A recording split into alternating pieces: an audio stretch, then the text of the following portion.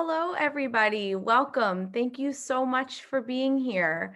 My name is Rachel Silverman. I am the artist workshop producer at New York Theater Workshop. I use she, her pronouns.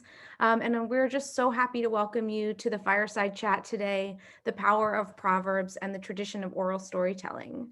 We are broadcasting on Zoom and we are also streaming on Facebook Live, and we are so happy that all of you are here with us.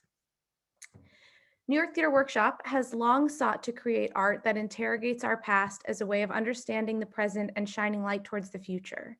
To that end, we are taking the time to recognize the history of the land that we occupy in the East Village. And as we find ourselves in the digital space, we'd like to embrace this opportunity to acknowledge the many native lands from which we're all tuning in. We're posting a link in the chat where you can learn about the tribal history of the land on which you are situated. We invite everyone to take a moment, input your address into the website, and post in the chat the native land from which you are joining us.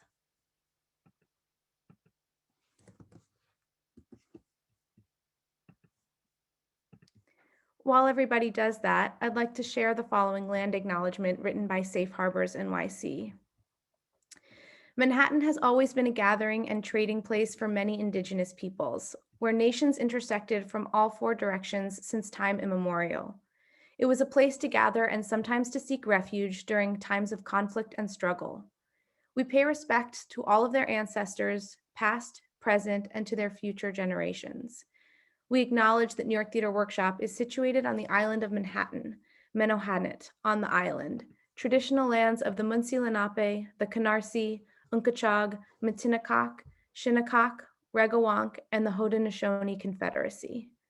We respect that many Indigenous people continue to live and work on the island and acknowledge their ongoing contributions to this area.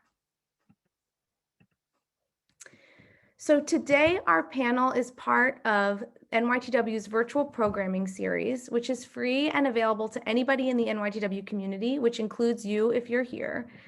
If you're in the position to do so, we hope you might consider making a donation in honor of this conversation to Theater in the X and also to NYTW to support ongoing programming. Theater in the X was created in 2013 to provide the people of West Philadelphia and the African American community at large the opportunity to see professional quality theater in their own neighborhood for no cost. By removing the barriers of location and price, the audience is able to experience theater that they possibly would not be able to access otherwise.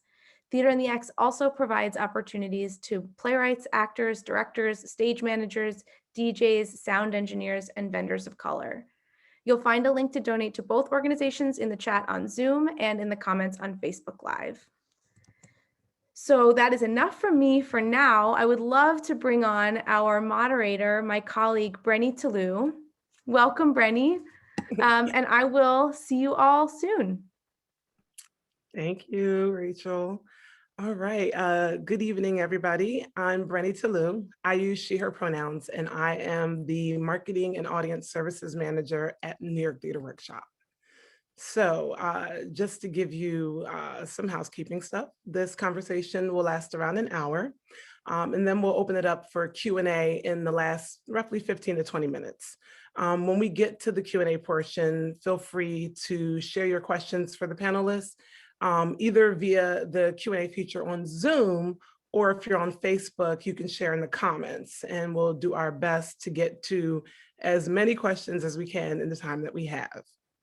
So appreciate you all being here as we delve into the power of Proverbs and tradition of oral storytelling with these three incredibly talented and generous theater makers, and I will introduce them to you now. So first up, Dael Orlandersmith is a 2002 Pulitzer Prize finalist and Drama Desk Award nominee for Outstanding Play and Outstanding Actress in a Play for Yellow Man. Some career highlights include The Gimmick, which was commissioned by McCarter Theater, premiered in their second stage on-stage series in 1998, and went on to great acclaim at both Long Wharf Theater and New York Theater Workshop. Ms. Orlandersmith won the Susan Smith Blackburn Prize for The Gimmick in 1999.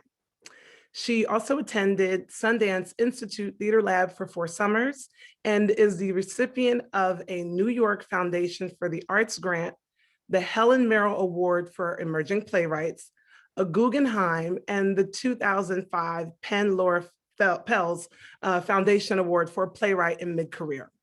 She's also the recipient of a Lucille Lurtell Foundation Playwrights Fellowship and an Obie Award for Beauty's Daughter. In 2014-15, she wrote and performed a solo memoir called Forever, which was done at the Kirk Douglas Theater, the Long Wharf, and also New York Theater Workshop in January of 2016. In 2021, she'll be in Berlin at the Summer Theater Festival performing Until the Flood, and she is currently working on a new play called New Age for Milwaukee Rep, another play for the Goodman Theater, and a book of autofiction. Martha Redbone is a Native and African-American vocalist, songwriter, composer, and educator. She is known for her music gumbo of folks, blues, and gospel from her Appalachian roots.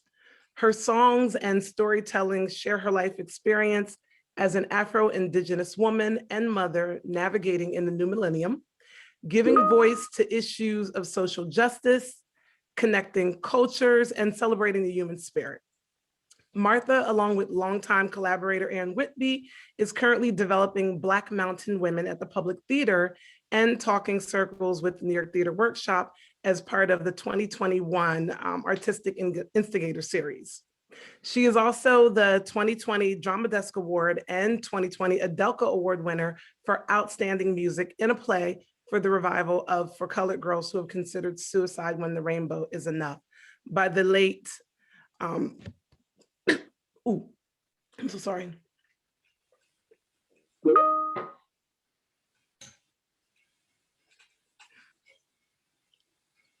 I'm so sorry, everyone, excuse me, I just need to cough.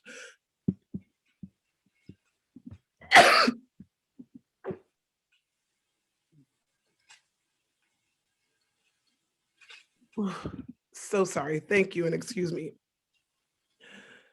Whew. Sorry about that. Okay, thank you.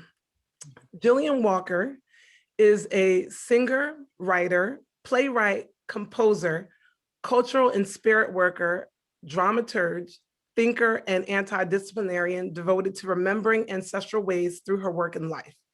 Some of her workings include the New York Times praised ancestral epic, Skinfolk, An American Show, the award-winning play Sarah Salt, the multi-form media piece Songs of Speculation, and the Black feminist thought-infused concert Blue Ink, A Night with Jillian Walker.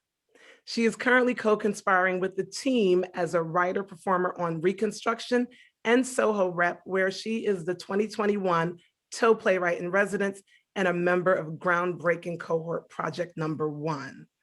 So without further ado, Dael, Martha, and Jillian, thank you all for being here.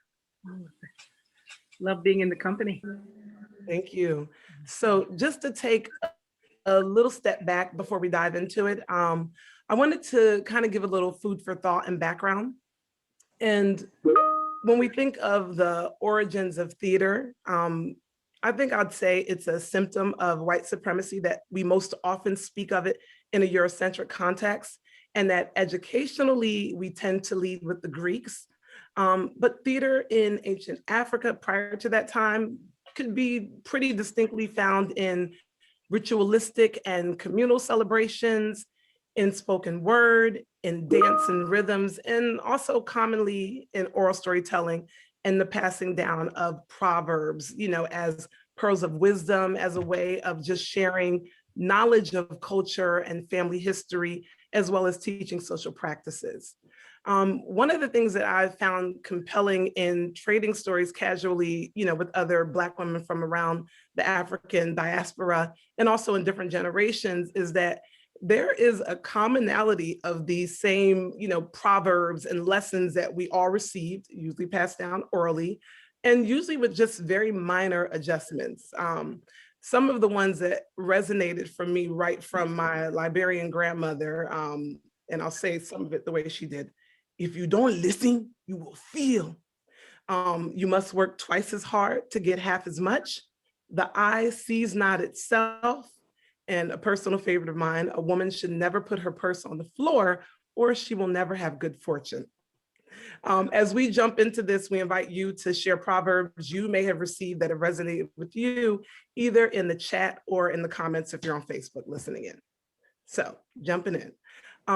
Dael, Martha, and Jillian, when you think of proverbs and those lessons that were passed down to you, what is the first one you remember hearing or being told, and why did it resonate with you?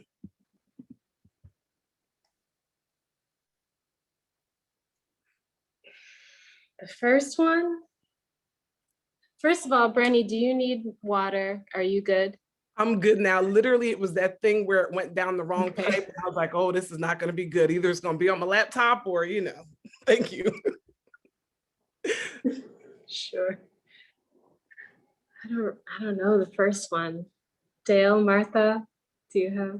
I can't really think of any one particular proverb per se, and I don't know whether this is deviating from it, but I I've always been aware of or tried to be aware of where things come from. That's the only way to put that. And something that I kind of like thought about fairly recent is when someone talks about, say, a culture. I mean, culture certainly, when we think, when many people think of culture, they tend to think of it as uh, part of a WASP patriarchy, right? I mean, that's the way we define it, right? But lack of integration means retrogression. Retrogression means extinction. So we all take from something somewhere. I mean, Shakespeare would not exist for Ben Jonson. Ben Jonson would not exist. Shakespeare would not exist, say, without Christopher Marlowe. Christopher Marlowe would not exist without Ben Jonson. Ben Jonson would not exist had there not been a Terence. Terence was a North African. So this is what I mean when people talk about the purity of a thing. Pure how? What does purity mean? What does culture mean? Everyone has a culture which is rich, and it's not necessarily based on a WASP patriarchy. And again, that's what I'm saying. We're all a part of something. Yeah.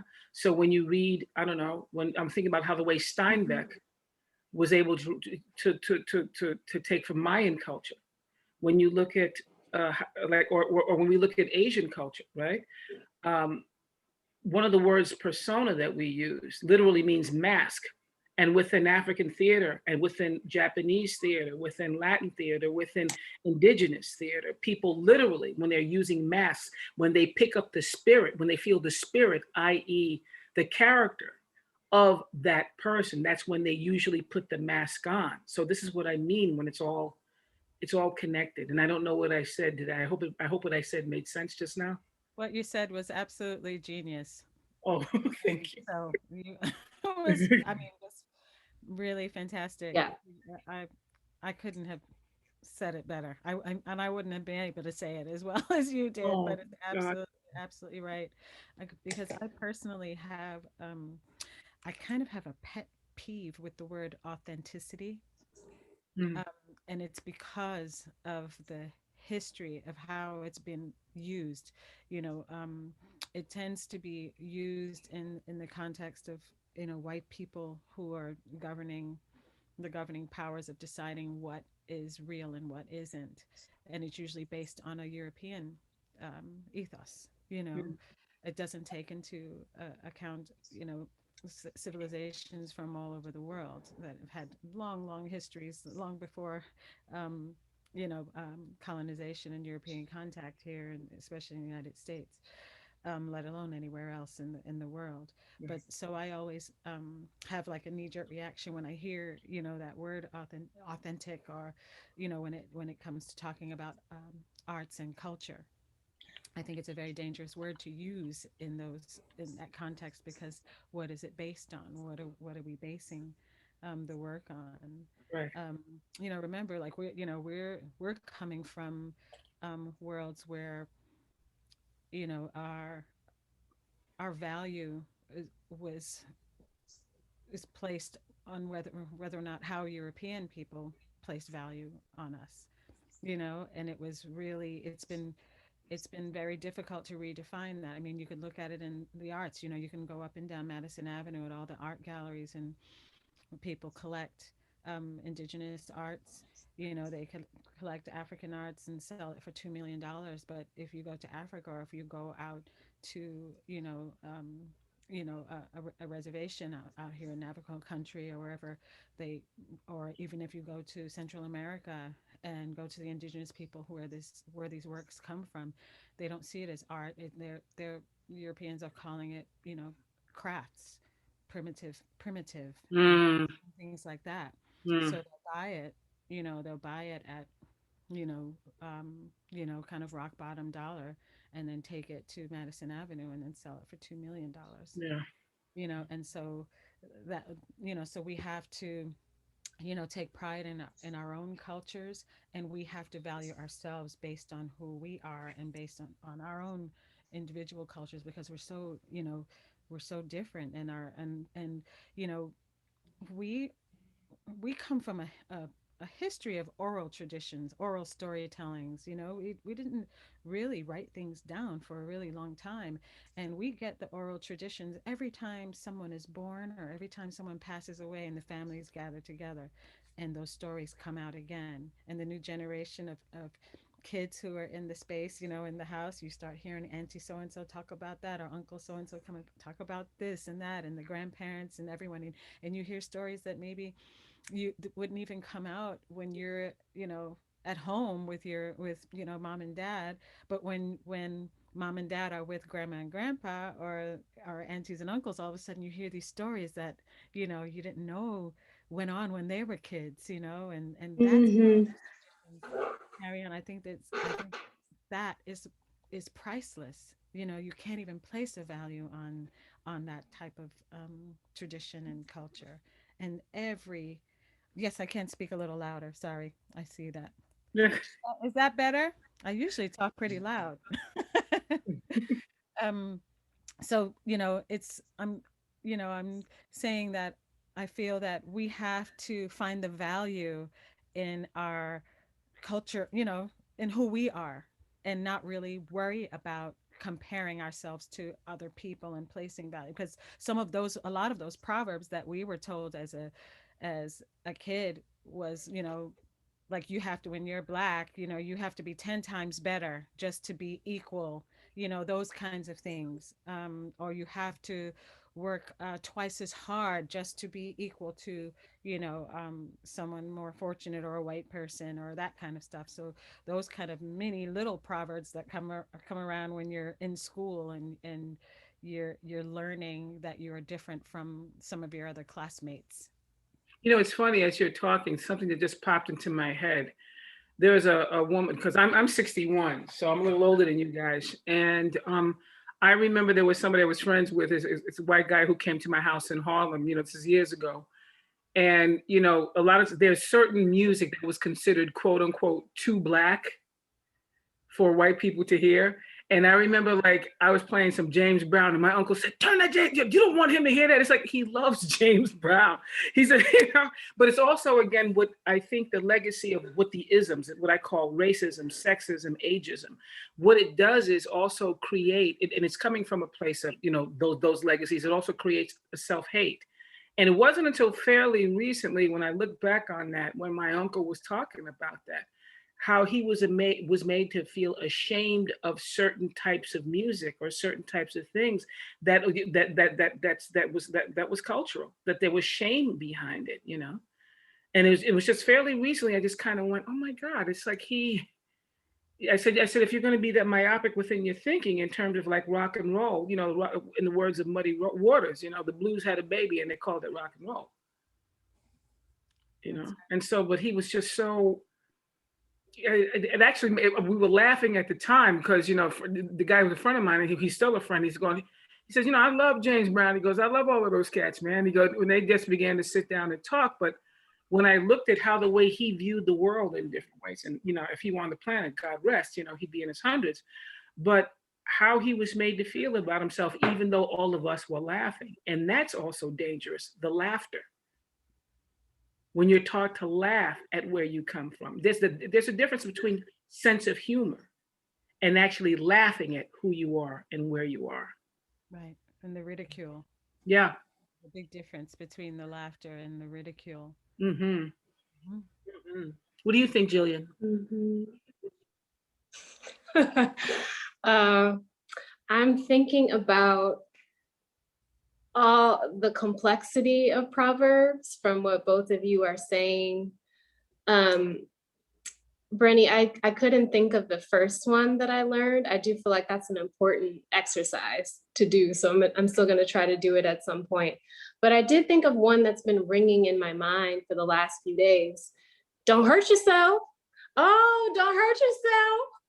And that it's like usually comes out when you're on the dance floor and you're doing a move or whatever. And somebody's like, uh-oh, don't hurt yourself. That one, Dael. Right. Is that, yeah, and I was thinking about those words, don't hurt yourself, and just thinking about how in that context, they're flipped into something that sort of celebrates what someone is doing, that highlights it. And in another context, don't hurt yourself is a warning. It's still a warning in that context too. It's like, don't get too into a spirit that you can't hold, sort of. That's how I interpret it. But there's also so much, I think, in our Proverbs. Dael has brought up shame and some of these other things that do come with a lot of the sayings that we were taught. But there's the like portals of layers that come with these sayings and I was saying to you, Brennie, when we spoke before this, that as I get older and I sort of think about the language that was shared with me, another meaning opens up that I didn't understand, at a previous time in my life. And I'm just thinking about that. And I'm thinking also about what you said, Dael, about, all of it coming from somewhere, and how folk or these common sayings or these proverbs, are often, they become the pop music that we all listen to, or they become the thing that that keeps our economy going, right? But the credit for those things is often not filtering to the people who gave it to us. And so how do we transform that is what I'm thinking about. That's interesting that you bring that up, and it makes me think, how does that, like, as an artist, how does that move you to find ways to like make sure that you're passing those lessons down, or where does it show up in your artistry, you think, that storytelling, and does it inspire you or push you to want to find ways to tell those stories, now that, obviously we are writing them down, and they are coming out of us in different ways, like, how do you think that shows up for you in your artistry? I know from, just from growing up in Harlan County, Kentucky, in a small coal mining town, um, there's uh, a lot of the social gatherings um, are surrounded by the church, in the church. And when you have the church is the main thing, you have all kinds of, and also being from Appalachia, we have a lot of sayings that if I said them here, people won't even understand what I'm talking about, or even understand why. But a lot of them are based on religion, to things like, you know, and I laughed because before we set up, I went and I saw you guys all done up. I said, let me go and put some lipstick on. And whenever I put on red lipstick, I I always think of my grandmother, who thought that red lipstick was like the worst thing that you could ever put on. Jezebel. Funny. Red lips, got them old red lips on, because you're fast, and fast women wear red lipstick and things like that, um Mm. but funny sayings like that. But some of those things meant, and it was, you Mhm. also being single or being divorced, There are a lot of, sayings about that. Uh, a lot of superstitions, that go back home, and also when like when you're walking through the cemetery, where to step, and that kind of stuff, where to step so that you're not stepping on someone's grave. Um, all kinds of things like that, funny sayings. But I do love that. And I do have like a collection of a lot of these sayings, because I do think it's fun, it's important, it's cultural, it's also family, because each individual families have their own ways of saying similar things, and I Yeah. do like, for me, I think it's a celebration of the history, it's a celebration of our resilience, um, it's a celebration, you know, also that we have survived through a lot of pain and trauma, so we're owning that, we're owning that. And I think writing about it is also can also be very healing. And you have to, I always try to remember that, our stories were never deemed important in the wider world. And so for me, I feel like so much of our history has been erased, that it's important that we tell these stories now for our future generations, that it's okay.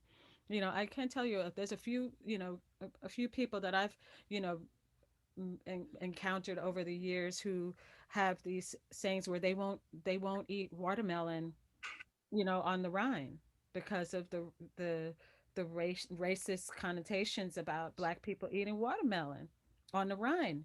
So they Mm, cut up mm, they'll have it cut up and eat it in a, like in a bowl, like a Tupperware, and eat it like that with a fork. But they don't want you to mm, slice them a piece of watermelon and have a Black person eat watermelon on the Rhine like that, because and especially if there's white people around, you know or eating fried chicken, or all the stuff that, like all these kinds of um uh, stigmas that we're meant to have to make us hate ourselves, to hate our history, and hate food, you know Mm. like I you know what I mean. Those are the things that I know is coming from a lot of pain, and judgment from outside people who have been, the oppressors, for centuries. So a lot of those things kind of are coming through my mind right now. But in my work, I kind of really want to use those dialogues, use some of those proverbs to kind of celebrate who we are.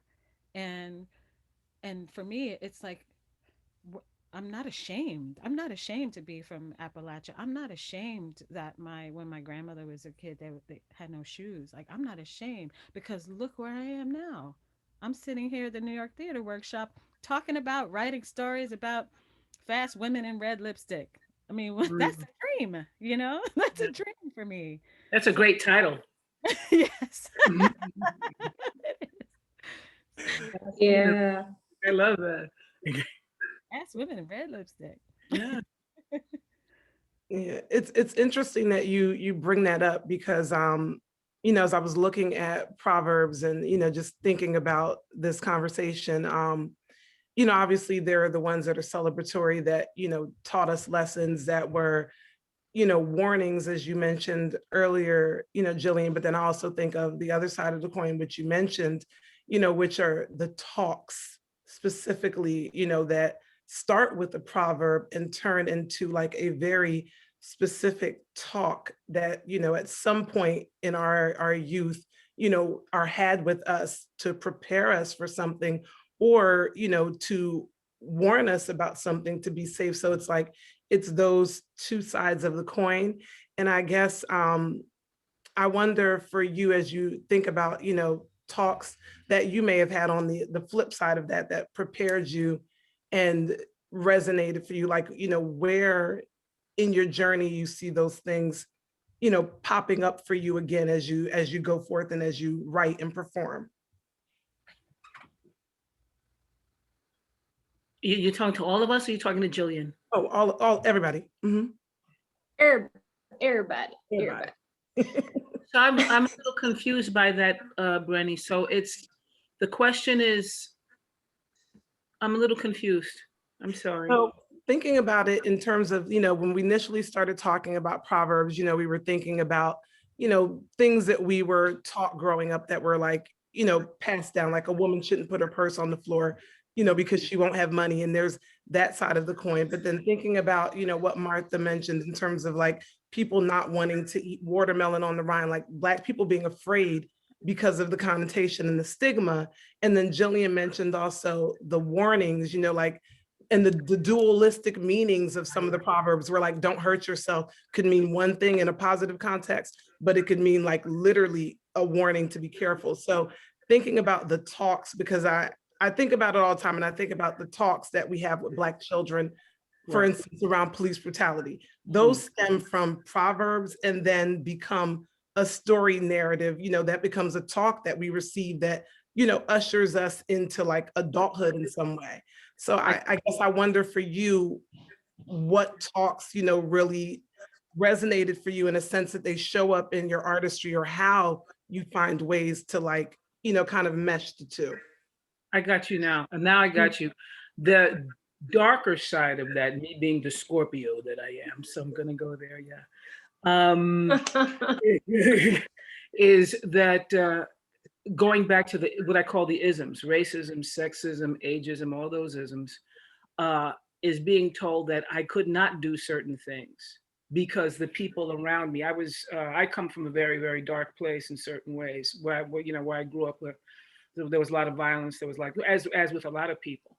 And one of the isms, the legacy of racism, the legacy of poverty makes you stay in your quote unquote place.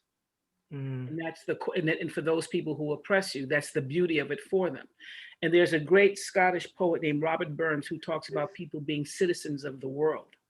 And people didn't realize that they have the right to go anywhere and listen to any kind of music and do what they want to do. So as I was writing and coming up, I was told, you're trying to be better. Literally, you're trying to be better. You're quote unquote trying to be white. And the fact that somebody would even say that means that the ism has won, that their self-hate is right there. And there was also, for me, I had to look at people as an example of what not to do. Being surrounded by that. I could listen to, if one's going to be like that, I could listen to James Brown. I could listen to Jim Morrison. I could read Toni Morrison, whose birthday is tomorrow, heaven. I could read Toni Morrison. I could read Dickens, and I can see the comparisons. I have the right to pick up whatever book I want to pick up, love whatever man, whatever color, whatever it is, listen to any kind of music, hang whoever I want to hang with. But the people around me, it's a James Baldwin quote, people who are so bitter, so blinded, who have ceased to question, have made peace with defeat. The people around me made peace with defeat. And that was the legacy of that ism, racism. So I had to look at them as examples of what not to do.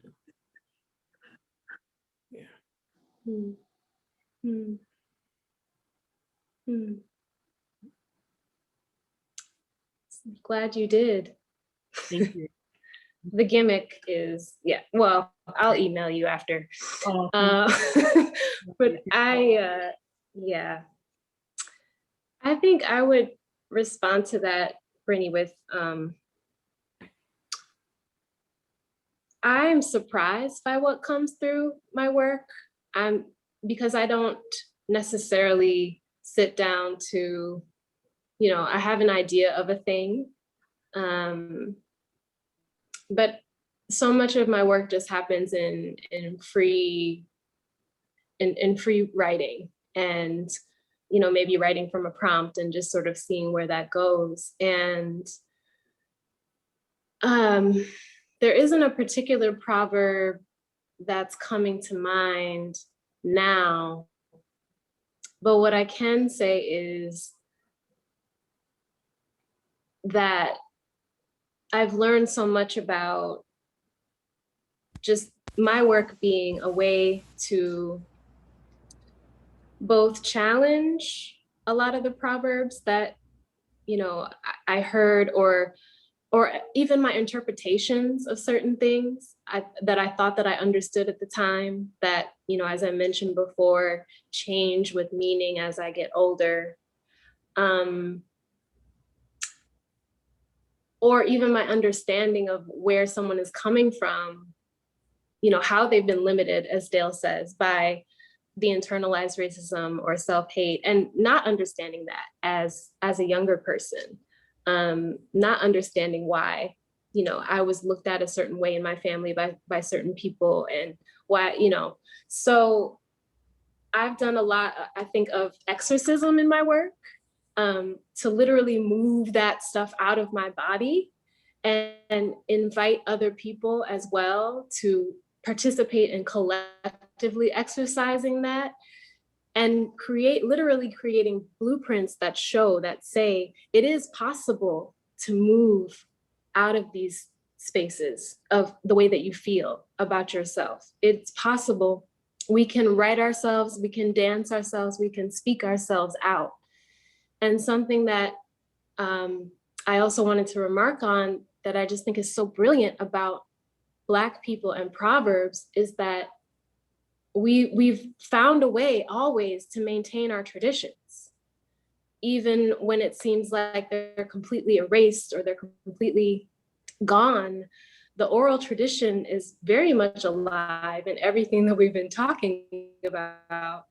And it just hit me that the importance of it being oral is that it can't be taken from you.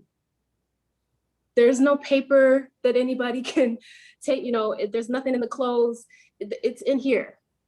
So that just, it strikes me as so important.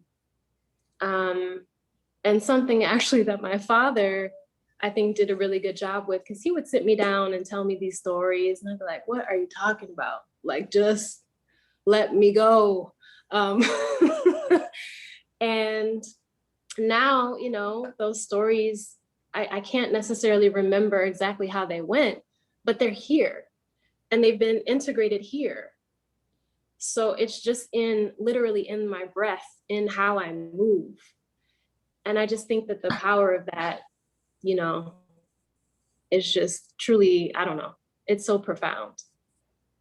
Yeah, can you hear me? Can you hear me? Yep, we can hear you. Yes. Okay, Yeah. great. I'm trying my Yeah, headphones. yeah, gotcha. Yeah, I also, I think that there has to be a kind of individual um, fire in your belly that brings that leap of faith. I'm thinking about Cicely Tyson, who Mhm. crossed over, and something that she said. I mean, the person who did not give her blessing to act was her own mother, and who didn't believe in choosing acting as a career. And she did it anyway. But that was the fuel, that was the fire that gave her the fire in her belly to follow her own path, you know, her own journey, despite knowing that her mother didn't approve, you know. And then I guess, you know, later on, once she became successful, you know, her mother was okay. But sometimes I think um, that adversity that we come up against, you know, when people try to tell you that, I think sometimes, especially when it comes from the ones that you love, you know, your loved ones, sometimes they project their own fears onto you, you know, their worries and concerns, and their uh, preconceptions on the work that you do, whatever it is that you want to do. You know, some people don't want their their children to become police officers because they think it's dangerous, or to be a fireman, or to, you know, be a musician because the finances are unstable, or to live a life as an artist, all those kinds of things. So it's the projection of their own personal fears and worries that don't want you to suffer. So they really try to strongly discourage you from following what your path is. And sometimes you just have to take that, that leap of faith, and you're gonna, and because I believe, I strongly believe that when you have your calling and you don't answer it, all kinds of other things happen, because that calling is still tapping you on the shoulder, like, hey, when are we gonna do that thing? We said we are gonna do that thing. So I think it follows you, and there's always some. If you don't answer that calling, I think there's a hole. There's something missing. There's always that kind of what if I had just done that? What if I just tried it? Well, in Gnosticism, that's in the book of Thomas, right? Where you, and I'm just paraphrasing, where if you don't, if you don't, and again, very much so paraphrasing, if you don't follow your calling, that is the thing that in fact will destroy you. That's right. That's right. Yeah. It's interesting. What you spoke of really brought a proverb my grandmother to this day still, tells us and tells, everyone as they have children, you born a child, you don't born their heart.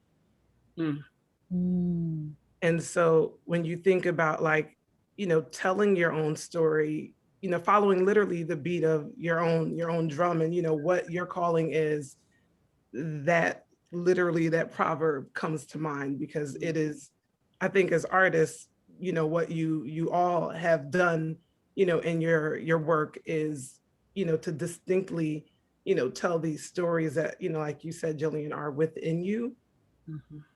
And, we are blessed to be the recipients of, all of these beautiful things that have been poured into you, or things that you took, and used them as a way to forge your own path. Because I think about that too, with Cicely Tyson, also, as you mentioned earlier, Dael.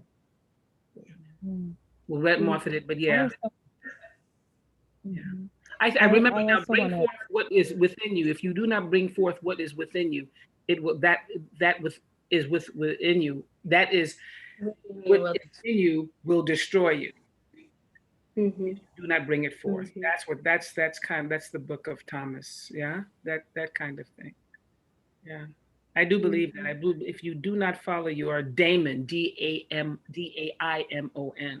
it will kill you. And it kills in small ways. It kills when we were able to see people sitting across from us on the train, and they're going to a place they cannot stand.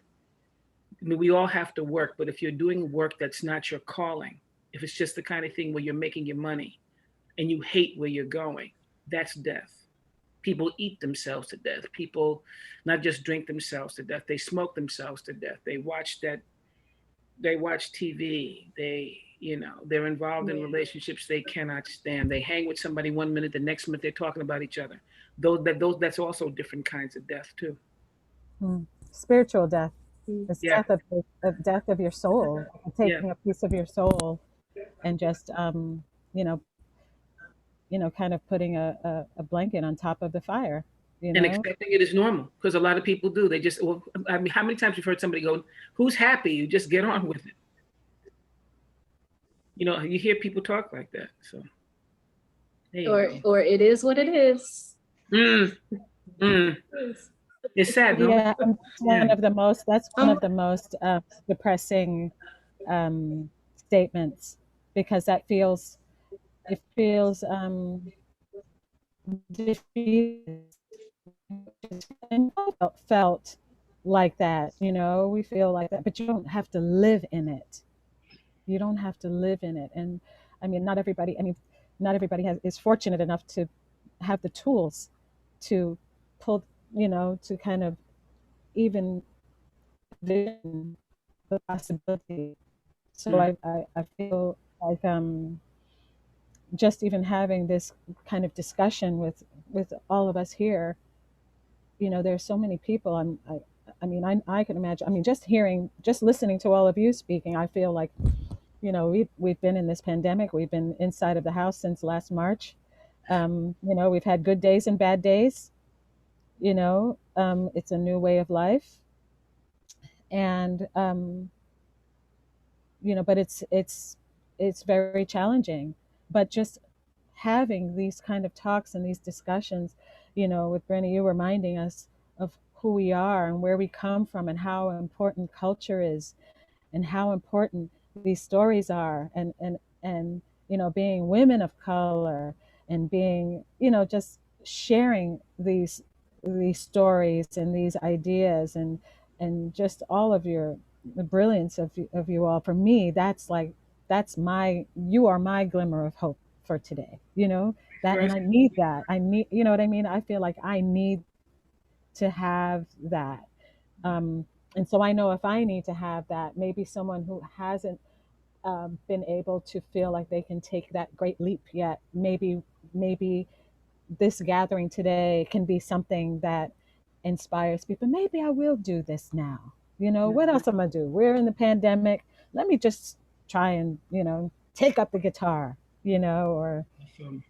sing something, do a podcast, or get my girlfriends together and kind of have something like this, on Friday night or something like that. But it's that sisterhood is, to me, is part of the proverb of, and that sharing and keeping culture alive, you know.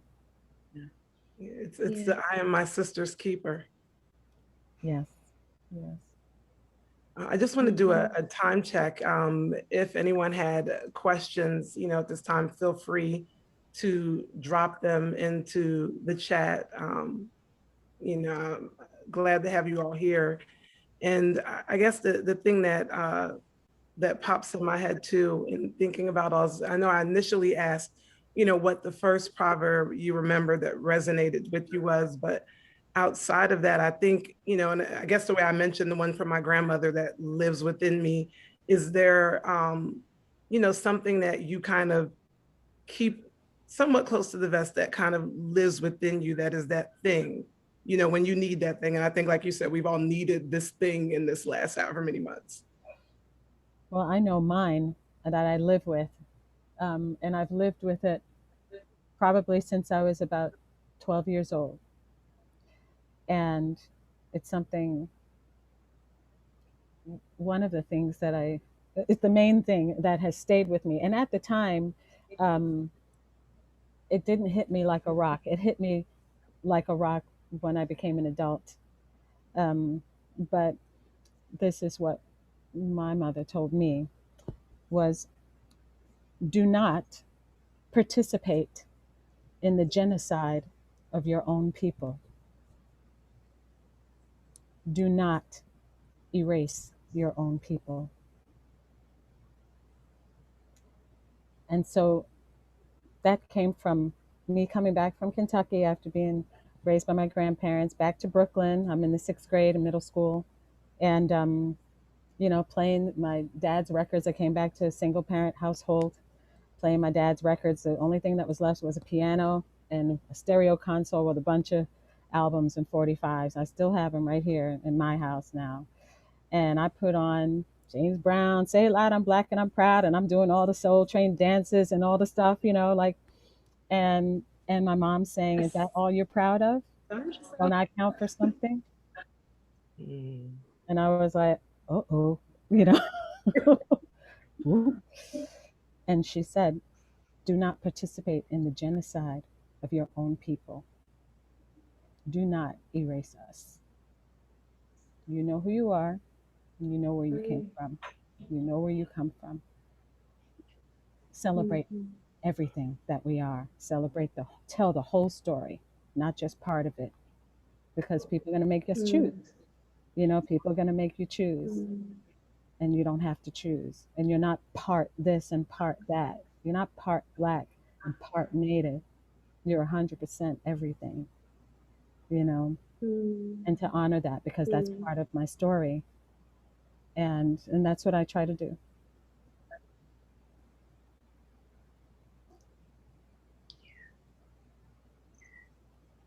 Telling the whole story is honoring the depth of our humanity. The whole story, all of it, the dark, the not so dark, I tell the all white the sides. Yeah, I mean, I have a whole section in Skin Folk about my great great grandfather who was a white man, which I didn't want to write, but that has become a really important piece of that show, and really more largely my spiritual work and where my life has gone since then. I needed to claim that and to reclaim that, all of it, you know. So I love that. But that's our job, right? As artists, you know. I mean, I was, you know,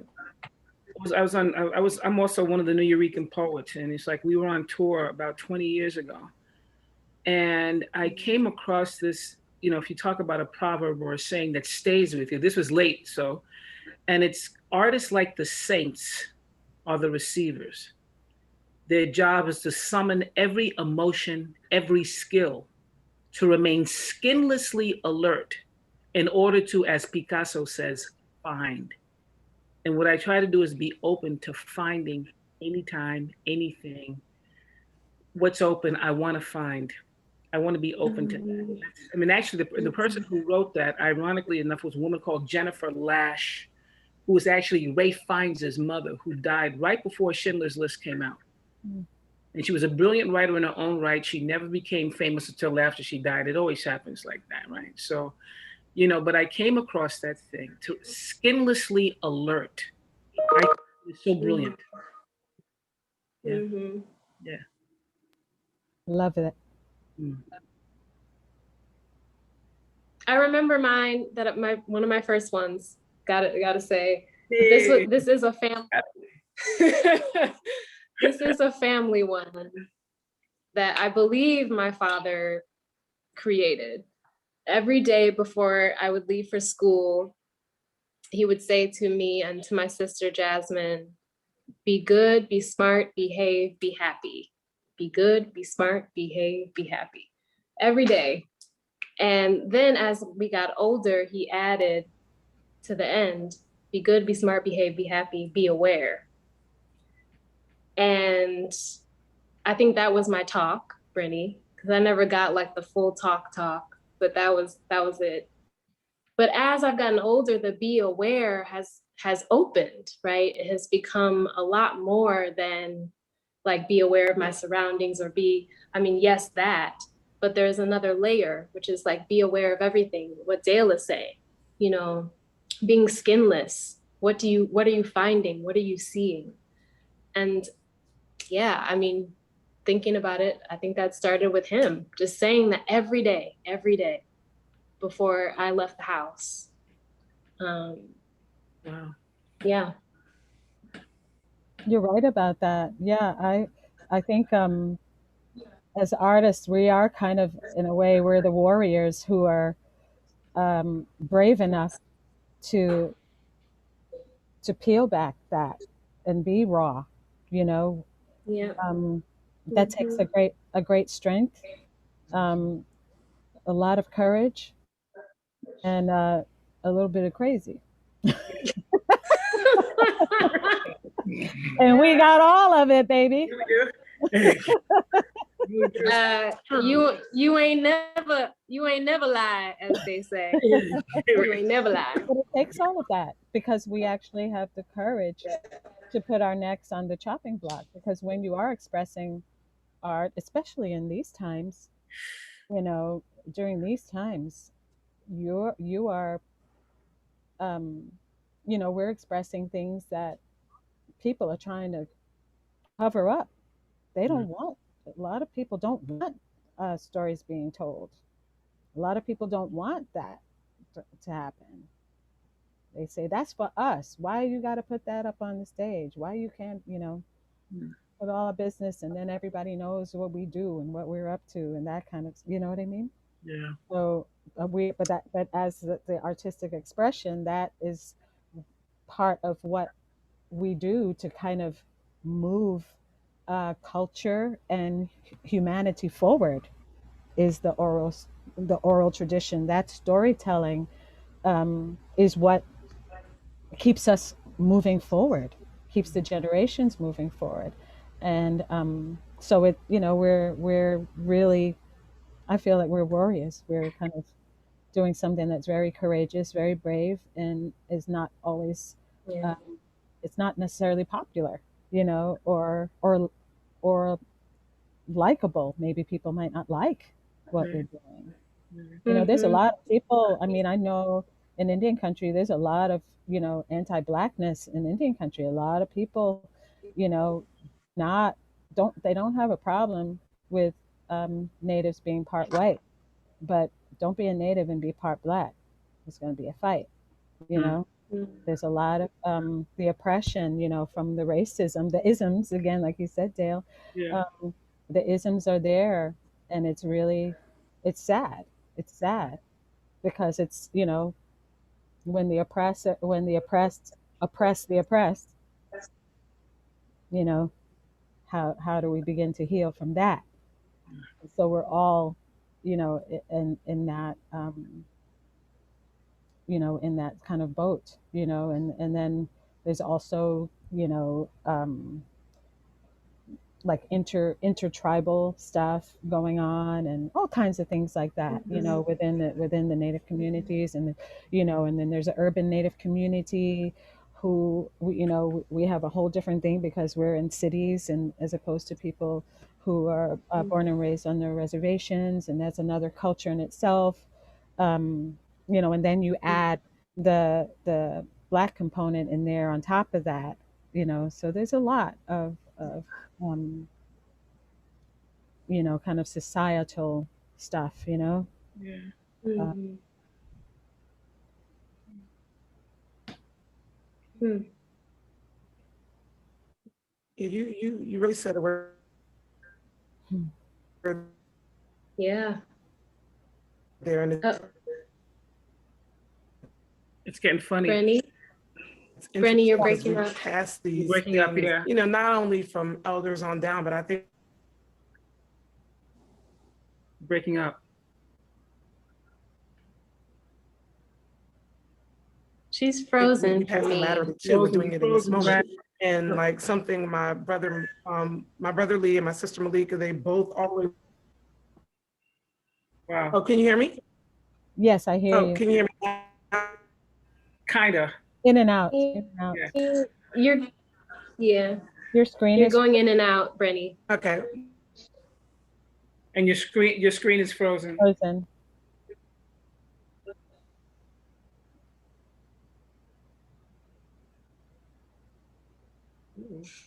Uh-oh.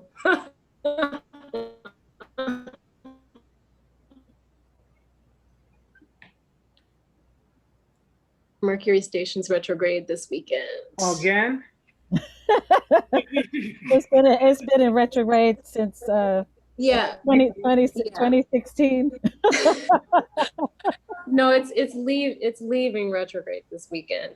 Oh, good, I mean, good. it's stations direct. Sorry. Oh, awesome. It's stations direct. It's retrograde right now. Did that happen when Rush Limbaugh passed away? Like, Oh, dear. Oh no.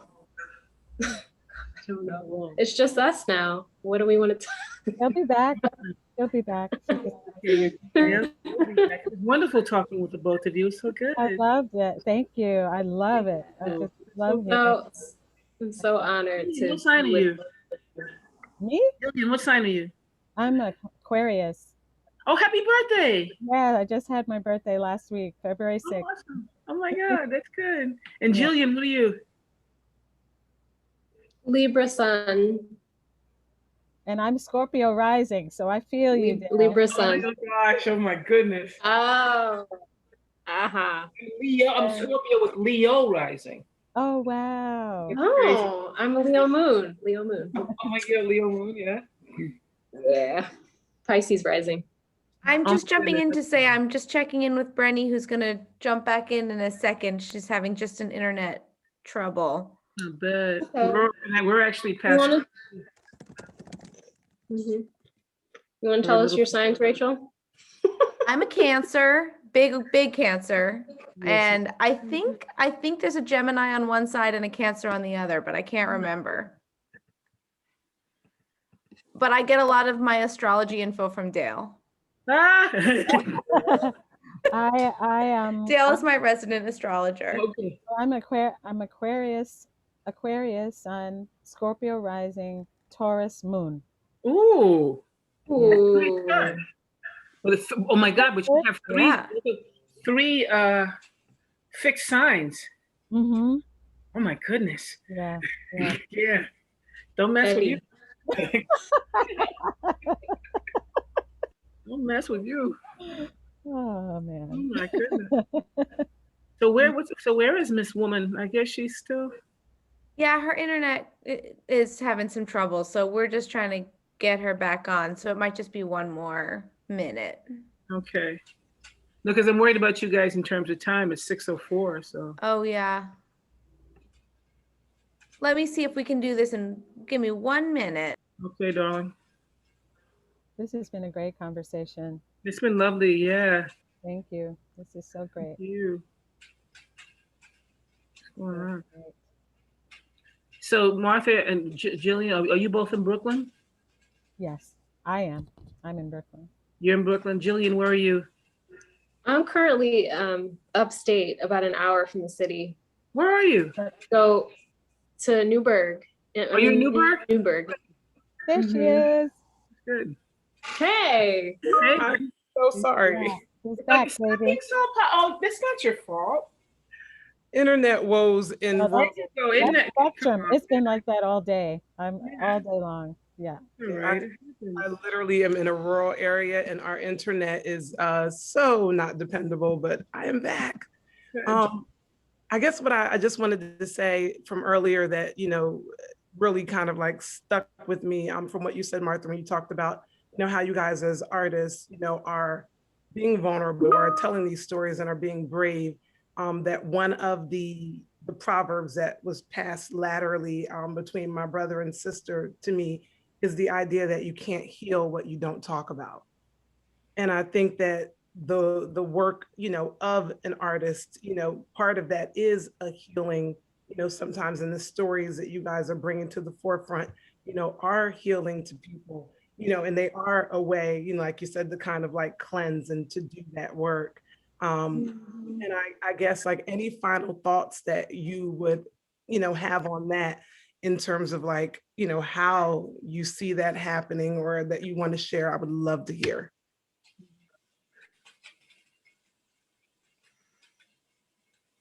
Well, Well, I can say, go ahead, Jillian. okay, thank you. I just wanted to say quickly, I've been very excited about in my work as a writer and as a dramaturg, and seeing so many folks now, a lot of my generation, so I would say like older millennials, I guess. I think I'm an older millennial,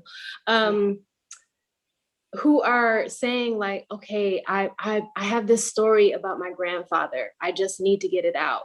Or I have this, I just discovered this photograph of my family from 2 generations ago, and I want to write a piece about it. I feel like there's ancestors just coming up through the floorboards of every theater around, and they've always been present, and they've always been present in the work, but there's, I think, something really electric that's happening right now.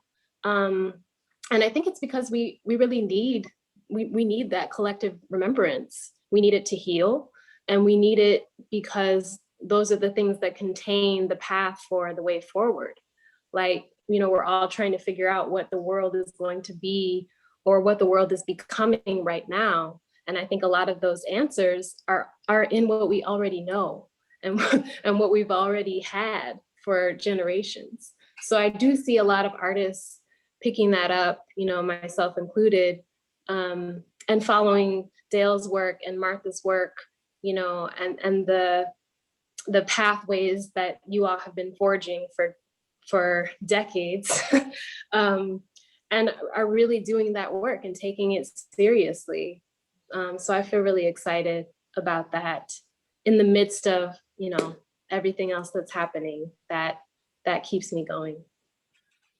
So can I jump in, because I have to leave now because I have another Zoom I have to do in about actually 12 minutes. But one of the things also, another thing that stayed with me, and I think it brilliant. I wish I wrote this.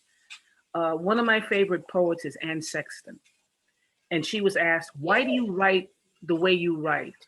And her response was, I have the right to invade my own privacy. I think that's one of the most brilliant things I ever heard. Invading your own privacy. I have the right to invade my own privacy. Yeah. This is great. Okay. Ladies, I have to go. Gentlemen, I have to go. I have to go. Everybody, thank you so much. Please email me, guys. Email me. You know, not the panel, not everybody else. No, well, y'all don't have my email, but you know what I mean. You guys. Why not? Thank you so much for having me. Make sure you email me. You'll get the email. Not everybody, but you know. Why not? Have a great one. And please, everybody, take care of yourselves. And I love being a part of this. Thank you so much. Thank you. Take care. Bye-bye. I was just going wrap to up, Martha, if you had final thoughts, Yeah. and then I'll close this out. I was just going to add to what Jillian just said. It's not only that we need to hear these voices. I think our ancestors' voices want to be heard because their voices have been covered and erased and eliminated. And the reason why it's coming through is because it's them speaking.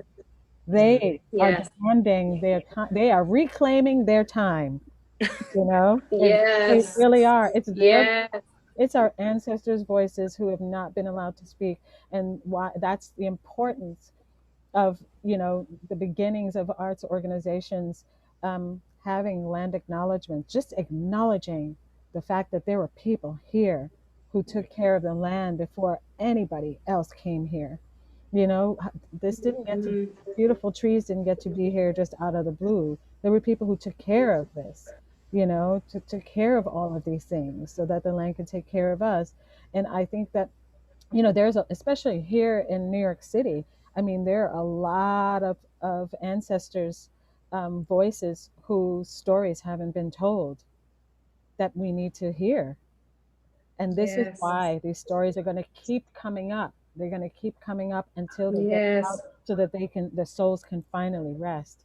And I think that we are, when we're looking at the work, I feel like it's not even about us. I think we're just the messenger, we're kind of it's coming through us. And the work that we're doing now is not just for our own satisfaction. We're putting something into place for 2 generations from now so that my grandchildren can feel, first of all, they'll know their stories. They'll know these stories. They'll know what came before, that there was a civilization here before that is still here. And there are many cultures, agricultural practices, foods, all kinds of things that were put in place and are part of our American life as we all know it today.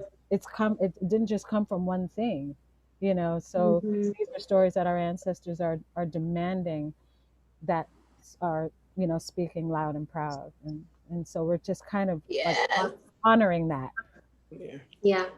Well, I just want to thank everybody for being here, for your patience.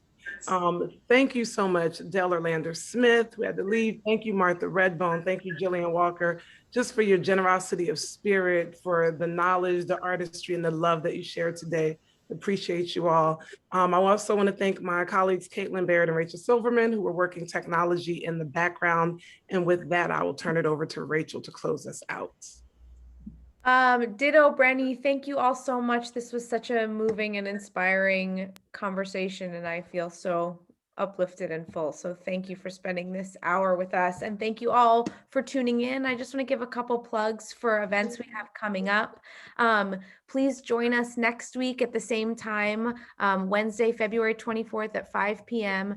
for a fireside chat called No Passing Here for Latinx artists on theater and race and ethnicity. And then the following day, on February 25th at 7 p.m., we have our monthly open mic night with Poetic Theater Productions.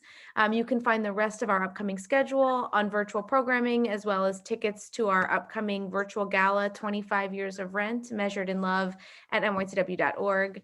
I'm also going to paste back into the chat information on Theater and the X and NYTW if you're able to make a donation in honor of this class.